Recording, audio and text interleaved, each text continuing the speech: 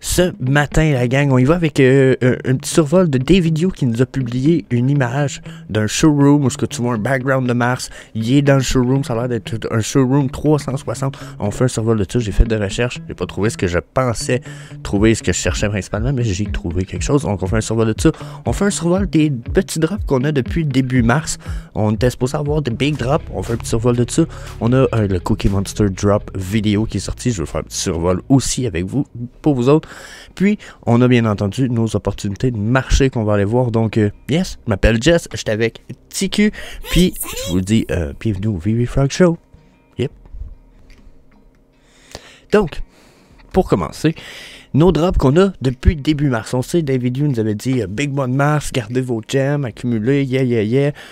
On a eu quoi finalement? On a eu Troll Hunter pour commencer avec ARG. Puis là, moi je suis dans les 3D collectibles. Il y a eu des comic books aussi, bien entendu, quand même bien.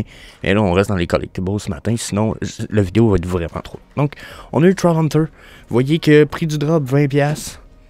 Pour l'instant, il y a ARG qui est à un bon prix. Si vous avez écouté le film, ARG, c'est comme le héros du film, un peu, façon de parler, dans les trolls. C'est comme le gros qui était le plus méchant, mais qui est rendu comme super chill. Puis à la fin, c'est grâce à ses pouvoirs que un peu tout le monde s'en sort. Mais bon, cool. Beau petit drop. Je suis content dans la mesure où moi aussi, je trouve que ça pourrait être vu comme un big drop si tu prends la perspective de on est dans le Disney, mais on est dans du stuff pas trop vieux de Disney, dans la mesure où on n'est pas dans du vieux stuff, on est dans du nouveau matériel dans les dernières 5 à 10 ans maximum. Donc, nouvelle génération du matériel pour les générations, peut-être nous autres, ça ne nous intéresse pas. Là. Au-dessus de 30 ans, là, c'est du stuff qu'on regarde ces comics-là, on les a pas écoutés vraiment, donc moins d'intérêt. Ensuite, on a eu le droit au Finding Nemo Concept Art. Là, il en manque un sur le site. J'ai averti NFT Tracker ce matin qu'il en manquait un. Merci à l'abonné qui me l'a fait remarquer. Je me rappelle pas qui l'a fait. J'ai beaucoup trop de messages maintenant à suivre, puis essayer de Discord à la conversation, puis donc, je m'excuse si je réponds des fois un peu en retard ou que je réponds pas, mais je me rappelle, il y a quelqu'un qui me l'a spécifié. Je sais pas si je réponds non plus, mais message est fait. Time for School, de tout ça, là, les Finding Nemo, ça, c'est fucking huge. Donc, pour moi, je suis comme, Chris, bon petit drop, ok, genre avec des très beaux collectibles, très belle qualité. Bon, après, Finding Nemo, tabarnak. Très bon drop avec c'est du concept art d'un gars qui est décédé. Grâce à lui, c'est un peu l'idée de Nemo vient de ses concept art. Donc je sais pas si tu comprends, la vision était là. C'est du big piece, à 8, 9, 24 puis 108 gems, les prix sont pas assez élevés. Surtout qu'il y en a pas beaucoup là. On parle de même celle-là, il y a 1400 versions, c'est le common 1400.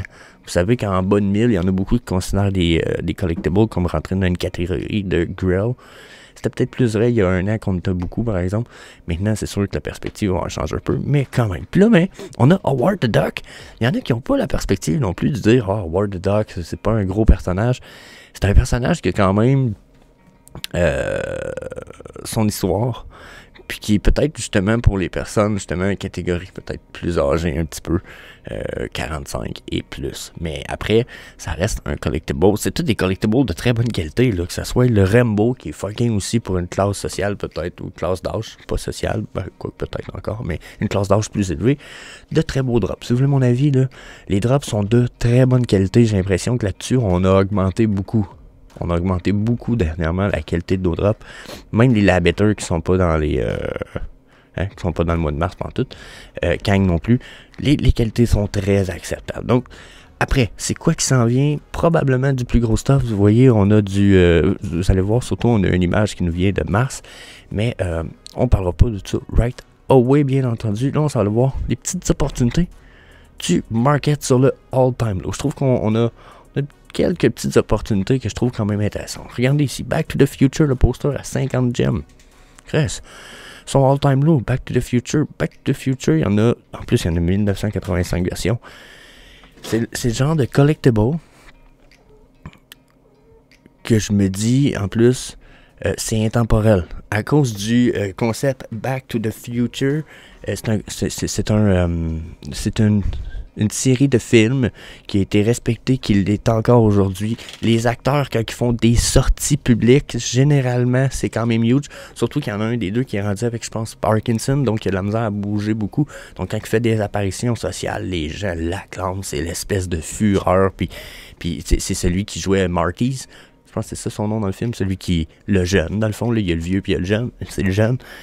Donc, fuck yeah. Puis même chose pour le Overboard Pitbull, ça faisait partie des films. Je suis comme, Chris, c'était une licence de Nice, 38 et 50. Hey, ça a déjà valu combien ça? 570 son all-time high. Peut-être qu'il voit que son prix a été pumpé, puis c'est juste 300. Mais je suis d'avis que c'est quand même cool. Puis, il y a comme quelque chose qui manque ici sur le Collectible. Il serait comme aussi brisé un petit peu. Je trouve ça très comique. Donc ça, first of all. Ensuite, Todd McFarlane, Colin, qui est tombé à 750$. Fucking deal. Encore une fois, Back to the Future, DeLorean. On a la 1 pour 1 interactive ultra rare, 75 gemmes, puis l'autre à 12,50$, genre. T'sais, même la 1 pour 1 statique, c'est fucking nice à avoir dans un showroom ou de quoi. Là. Donc, yeah, là-dessus, je suis très bullish. De très belles pièces un peu partout aussi. Ici, on a quand même All Together Now, qui est descendu dans le 275. Il y a un moment donné, c'était dans le 350, puis on avait de la misère à voir ça descendre. Donc, ça, c'est nice. That Kent Bronson, j'en ai parlé hier, quand même une très belle pièce. Si on continue ici, j'ai un peu moins de pièces à mes yeux, quoi que tu sais, regarde, Weapon Rack pourrait être cool la gang, mais je vous avoue que comme Pride 2 est quand même cool, 40$, ça valait quoi, 500$ à un moment donné, 400$ son all-time high, donc à 40$, puis tout ce qui est Givenchy, dans le futur, ça a un très bon potentiel, et même sur avoir l'utility, le premier avec ça, dans le VVverse, donc fuck yeah. Le poster qui est caché ici, je n'ai déjà parlé. Welcome to New York, c'est rendu à 22 gemmes, big deal. Ensuite, Red Skull, juste là. C'est ça, là, cette affaire-là, tiens, on va le mettre demain. Red Skull, 70 gemmes. Hey, à un moment donné, j'étais même pas sûr que ça allait descendre en bas de 200, ça. Là, il a déjà monté à 1000$, 1200$, imaginez-vous. Donc, the big deal. Le Silver Surfer, c'est super huge. À ce prix-là, encore une fois, il y a des gens qui ont voulu payer pas mal plus cher que ça. Ça a sorti, ça descendait pas en bas du 80 gemmes minimum. Puis les gens capotaient, oh, je pourrais pas en avoir, nanana. Le supply, les gens disaient, wow, il y en a juste 6000, c'est pas beaucoup, tu sais. 30 gemmes aujourd'hui, that's a big deal. Ensuite, je pourrais même finir tout ça avec Pizza Planet Truck à 100 gemmes. Fuck yeah! J'étais un peu genre, oh yeah! J'avais accumulé d'autres Golden Moments, mais je n'avais pas trop accumulé de celle-là, malgré que je pense qu'il y a une bonne valeur intemporelle, 6000 pièces. Il fait partie d'un set intemporel. Lui et Wall-E sont, dans le futur, ils ont un très bon potentiel. Il pourra refaire des films de Wall-E dans le futur, ça marcherait.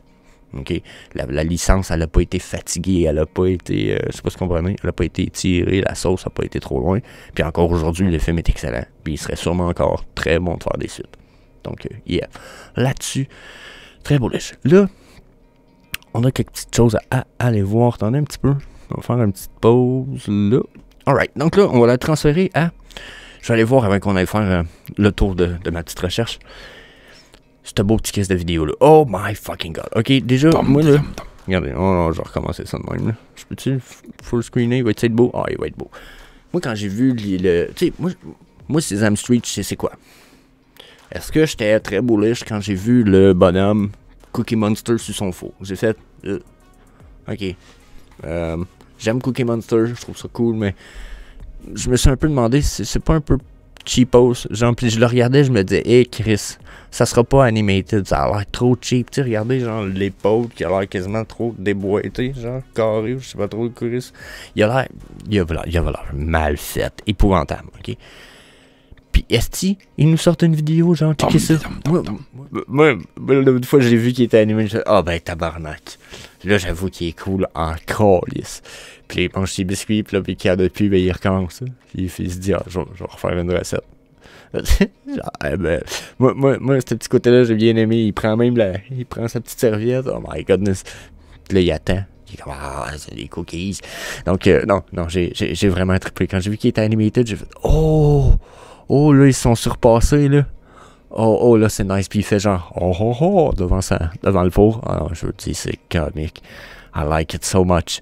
Puis là, on le voit juste d'un angle, là, mais qu'il soit 3D, vous allez pouvoir vous tourner à l'entour. Puis là, regardez ça, ça va être trop nice. Ça va être trop nice.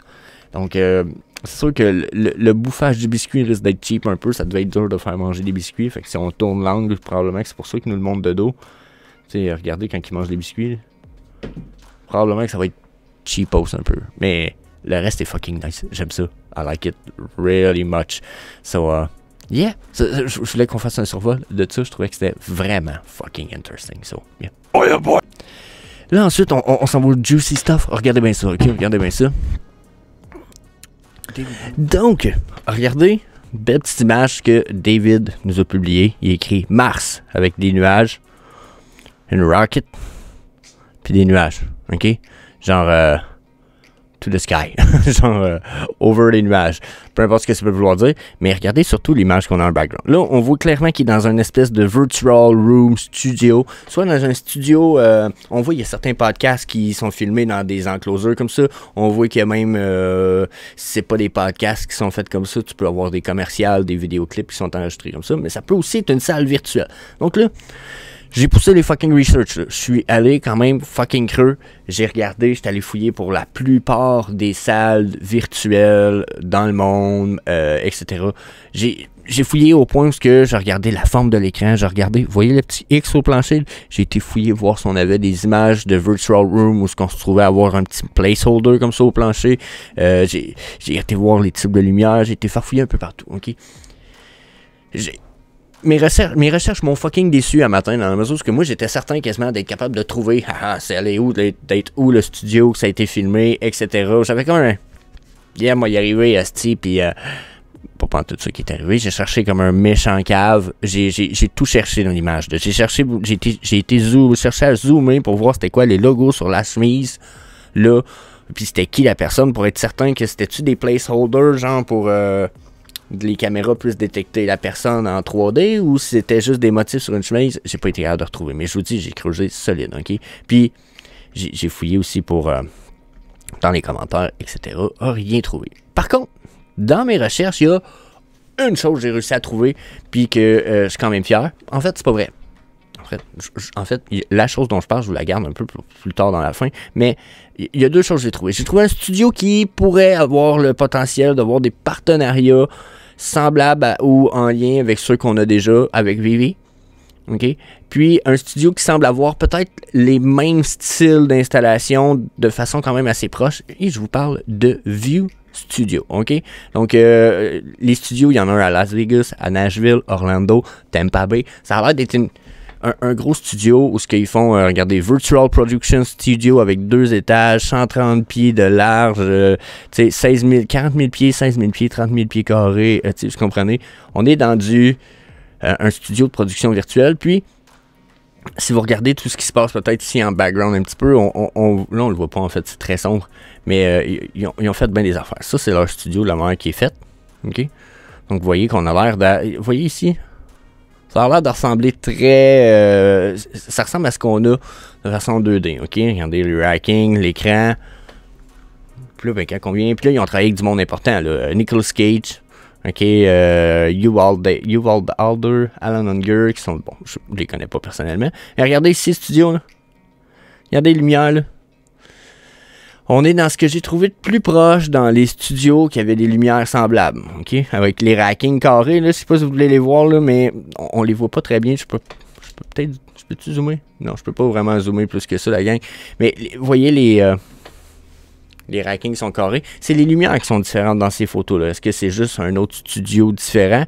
Les installations se ressemblent, mais sont pas exactement pareilles. Donc, je sais pas si c'est le même studio, mais vous voyez que c'est le même style de technologie. Puis, ces technologies-là, ces studios-là, vous voyez un peu. Regardez la salle en rond, là. Regardez comment... Les planchers aussi, hein, ça a l'air niaiseux, mais j'ai regardé. Il y a très peu de studios qui ont ces styles de planchers-là, qu'on voit qui sont comme semi-luisants, mais qu'on peut délimiter quasiment des lignes rectangulaires dedans. Donc, il devait avoir des tuiles en dessous. J'ai l'impression que c'est un des seuls que j'ai pu voir qui était comme ça ici. Ok, donc là, est-ce que c'est vieux? J'aimerais ça en sacrement que ça soit eux autres parce qu'ils ont des studios là, quand même cool. Là, je vais faire le tour des studios rapidement avec vous autres. Là. Ok, quoi que j'ai-tu le temps? Non, j'ai pas le temps justement. Fuck it. Mais ils ont des partnerships fucking interesting. Ok, checkez bien ça. Non, pas ici, ici. Regardez. Ils ont des partnerships qu'on a déjà. Hein? Disney. Juste ici. Sans que ça soit un partnership officiel direct, tu check NFL. On a Mercedes, c'est peut-être pas officiel encore non plus, mais j'ai l'impression qu'on a ça sur Cavernous. On a Mercedes et Mercedes semblait être en lien très... Cavernous semblait être très fort en lien avec Mercedes et Cavernous est aussi en lien très fort avec Vivi. C'est les autres qui font notre Metaverse. Même chose pour la NFL. Cavernous, NFL aussi. Apple, on sait qu'on a des liens. David parle avec Apple sur une base régulière. Donc, je serais pas surpris que ça soit une des personnes, une des entreprises qui a été suggérée par exemple Disney. Ben, si tu veux faire du VR, va voir Vue Studio. Ça a l'air d'être bon. Et je pense qu'ils ont fait du stuff quand même cool. Puis ça, ben, c'est leur partnership direct. Mais regardez, il y en a d'autres ici. Là, je peux vous en montrer ici.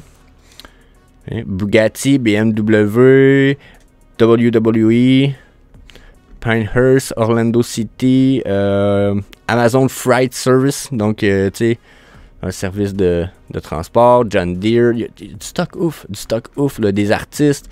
Donc, je serais pas surpris jusqu'à un certain point que ça soit avec eux qu'on a un partenariat. Si vous fouillez un petit peu sur le site, vous allez trouver aussi d'autres espèces de partenariats, sans dire direct, mais peut-être indirect qu'on a avec Vivi. Donc, pourrait être intéressant, pour vrai, j'aime beaucoup la perspective de ça. Regardez les studios un peu, regardez la possibilité qu'ils ont de rajouter des rackings aussi sur lesquels il y a des images au plafond. Donc, je ne sais pas, on s'en va où avec ça. Est-ce que c'est parce qu'ils nous préparent un jeu? Est-ce qu'ils nous préparent une publicité, des séances photos, des podcasts particuliers? Ils vont-tu participer dans un super gros podcast que je connais pas?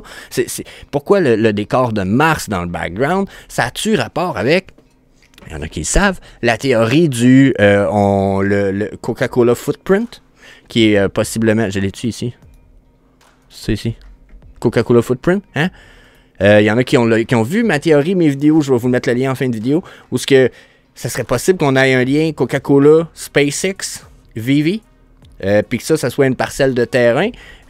On a des vidéos de Coca-Cola où on voit des terrains lunaires. Ils sont les mêmes couleurs que le footprint et, étrangement, sont les mêmes fucking couleurs en espèce de mauve rougeâtre, Bourgogne, qu'il y a dans le bac de cette photo-là. Donc là, on commence à avoir des indices solides. Puis là, comme je vous disais, moi, j'ai pas trouvé ce que je voulais, mais pas pantoute. Mais j'ai quand même trouvé fucking quelque chose. J'ai fouillé hein, partout, les lumières, les rackings, le plus, les souliers, j'ai tout cherché. J'ai tout cherché dans l'image sans fucking équivoque. Même les modules dans le bon. Puis là, ben, en arrière, j'étais comme ça, c'est des panneaux solaires, ça, tabarnak. Ça, je sais pas c'est quoi, là. Don't fucking know c'est quoi, mais ça, c'est des modules lunaires, puis ça, c'est des panneaux solaires. J'ai fucking cherché partout. J'ai trouvé quelque chose. Boom! Checkez ça ici, OK? Unreal Engine, Mars Colony Props and Vehicle. Donc ça se trouve être des modèles 3D pour utiliser soit dans des jeux, soit dans des showrooms, soit même pour faire des modèles, pour exemple, un background comme ça. Si tu veux faire un background d'un podcast qui fake être sur la Lune, ça fait partie des props que tu pourrais aller chercher. Puis regardez la forme des portails ici, l'espèce de rectangle-là. Regardez ça ici. Même affaire que... Un petit peu, je le retrouve. Oh, juste là. Boum. Boum. Regardez la fenêtre ici. Là. Puis regardez bien. Boum. Même fenêtre qu'on a dans le background. Même module lunaire. Même porte avec les lumières sur le devant. Je vous le dis, checkez ici, il y a deux espèces. Là, on ne le voit pas bien sur cette image-là, mais... Regardez les deux lumières en avant ici. Boing, boing, boing. Voyez-vous? Bang. OK? Checkez bien sur l'image de des vidéos. Regardez comment il y a deux espèces de points lumineux ici. Là. Ah, vous ne le voyez pas très bien. Allez voir sur Instagram pour ceux qui... ou peut-être sur votre téléphone, vous pouvez zoomer la vidéo maintenant avec YouTube. Essayez ça. Sinon, regardez ici les panneaux solaires. Les panneaux solaires, ils sont où? Ils sont drettes que là. Donc, j'ai trouvé des props. Est-ce que c'est signe d'un jeu? D'habitude, le stuff sur Unreal Engine, c'est signe d'un jeu. Est-ce qu'on va avoir un jeu qui va utiliser certaines de ces props-là? Regardez, on les a en... C'est des hosties de beaux modèles 3D quand même. Là. On n'est pas dans du modèle de ouf, mais la plupart des qualités là-dedans vont être dans du 4K. 2K, 4K au moins pour la qualité. Regardez l'image, là. C'est du crazy good. Puis avoir un jeu d'espace sur Vivi ou de quoi même, ça serait crazy, amazing. Donc, ou sinon, c'est peut-être utilisé pour faire justement des props pour SpaceX. Je ne sais pas. Personnellement, si vous savez, peut-être si ça fait déjà partie d'un jeu que vous connaissez en production ou quoi que ce soit. Mais regardez, il y a des habitats, il y a un paquet d'affaires. Tu sais, regardez, la texture resolution. 4086, il y a 35 textures en 4K. Donc, qualité semble quand même bonne. Donc là, il travaille sur quelque chose. Clairement, il travaille sur quelque chose. On sait pas quoi. Si jamais vous avez des indices, bien entendu, partagez ça dans les commentaires ou venez m'écrire en privé, comme de plus en plus de gens me font dernièrement. Donc, parce que oui, ça a été... l'image m'a été partagée par un fan qui a vu ça. Aussitôt qu'il l'a vu, il m'a envoyé un message. Il dit, t'as-tu vu ça, man? T'as-tu vu ça, le gros? Fait que, fuck yeah, gros merci à vous autres. Donnez-moi votre perspective par rapport à tout ça. Est-ce que j'étire la sauce ou justement je suis tombé sur potentiellement il y a un jeu qui s'en vient ou il y a quelque chose qui s'en vient? Dites-moi ce que vous en pensez déjà dans les commentaires. So, yeah, that's it, that's all. On vous dit, moi puis le gros à côté, TQ, de venir nous rejoindre sur Vivi Québec, bien entendu. So, yeah. Peace. Hey. On reste poli, man. OK? Quand même.